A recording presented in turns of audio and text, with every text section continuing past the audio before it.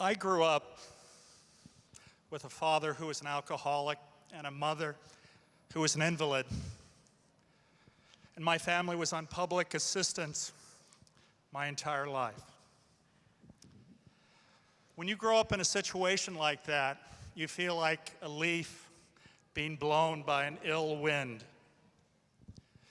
It's interesting though, even at that age, I saw people in positions of power, wealth, position, influence, who looked at those suffering and did nothing. Paradoxically, I interacted with people who had nothing and did everything.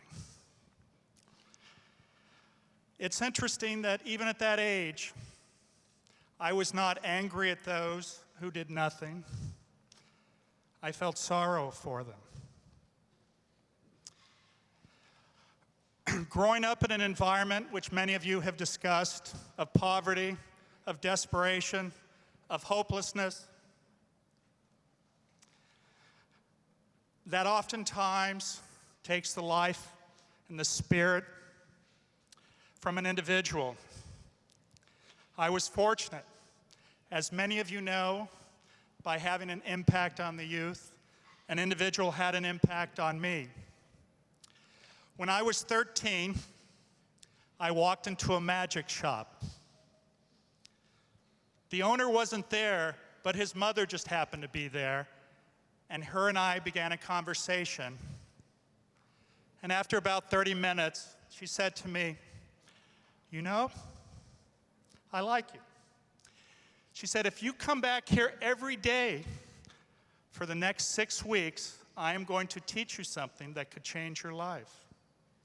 And I had nothing better to do, so I showed up. And during that 6-week period, she taught me a mental practice of mindfulness, a technique of visualization, some positive thinking. And that interaction was transformative. It took me from the position of being a victim to one of understanding that the choices in my life were not those of others, but my own. That intersection, that transformation, changed my perception from being a victim to being in charge of my destiny. That allowed me to finish high school, go to college, go to medical school, become a neurosurgeon, and a successful entrepreneur. As an entrepreneur, I thought, though, that what I wanted most was money. Because when you grow up in that environment, you believe that money gets you influence and gives you control. I was chasing a chimera. The emptiness that I felt was not going to be filled by money. Happiness was not going to be given to me by money. It was a delusion. In 6 weeks during the dot-com crash, I lost tens of millions of dollars and was effectively bankrupt. But I had a golden opportunity. I had made commitments to charity, and I wanted to live up to them. So the only asset that I had was stock in a company that had yet to go public, of which I had been the CEO. I chose voluntarily to give that away to live up to that commitment. That company went public at $1.3 billion, and it allowed me to give tens of millions of dollars to charity, but what it really did was it liberated me. The thing that I thought that I wanted the most, I was free from, and realized that that is not what makes an individual happy. It is serving others and being compassionate. That is what will give you lifelong happiness. The Center for Compassion and Altruism Research and Education is a group of scholars and academics and scientists who look at the underpinnings of compassion and altruism and how those can benefit other individuals. I suggest to you that our suffering and our pain are manifestations of wounds of our hearts. Every one of us has wounds, but for most of us, those wounds heal quickly and are superficial. But for many of us, some of those wounds are very deep and cause pain throughout our lives.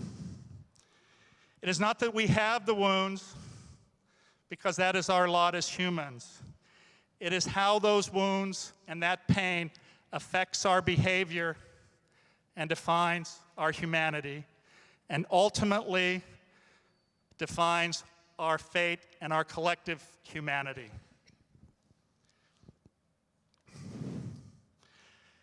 Every one of us has the ability to impact another's life.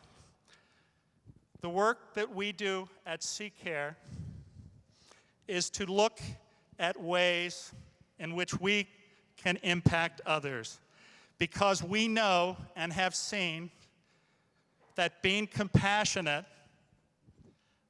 benefits individuals by improving their health, their cardiovascular health.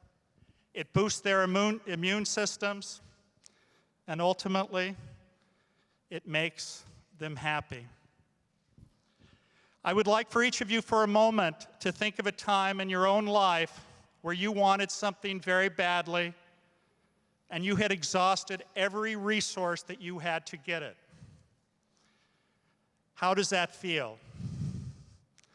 I know how it feels. You feel isolated, you feel alone, you feel without hope, you feel unloved. Now, what does it feel like when somebody reaches out to you and touches you and saves you? In 1 minute, you were transformed, and you realize that you're worthy, that you're loved, maybe that there's a God, and that there's a purpose. Think about a time when you've reached out to somebody and impacted their lives and saved them. How did you feel? You felt deeply happy because you impacted another individual. And that happiness did not just last a second or a minute. That level of happiness for many individuals lasts days, weeks, months, and for many people, they recall an event like that throughout their entire lives because it was so powerful. Some people imply that Darwin said that it is survival of the fittest and the most ruthless. But in fact, what Darwin said, it is the kindest and the most cooperative that survive. There is every bit of scientific evidence to prove this to be a fact. Unfortunately, our evolution in technology has exceeded our evolution as a species. Science and technology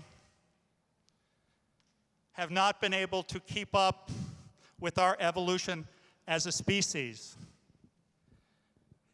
These issues of isolation in our modern society, of feeling alone, are not going to be addressed until those incredible tools are not focused on other conditions than the afflictions of the human heart. I would like you to imagine for a second a world in which there is no bullying, a prison system in which the recidivism and violence rate is minimal, a corporate environment where the days lost from work and stress due to mind-body disconnects don't exist. This is the power of compassion. This is what we strive for in our work at Seek Care, and this is how powerful and impactful that compassion has the potential to be in our lives. So that when we look out over the world, we do not see the other. What we, in fact, ultimately will see will be our brother. Thank you.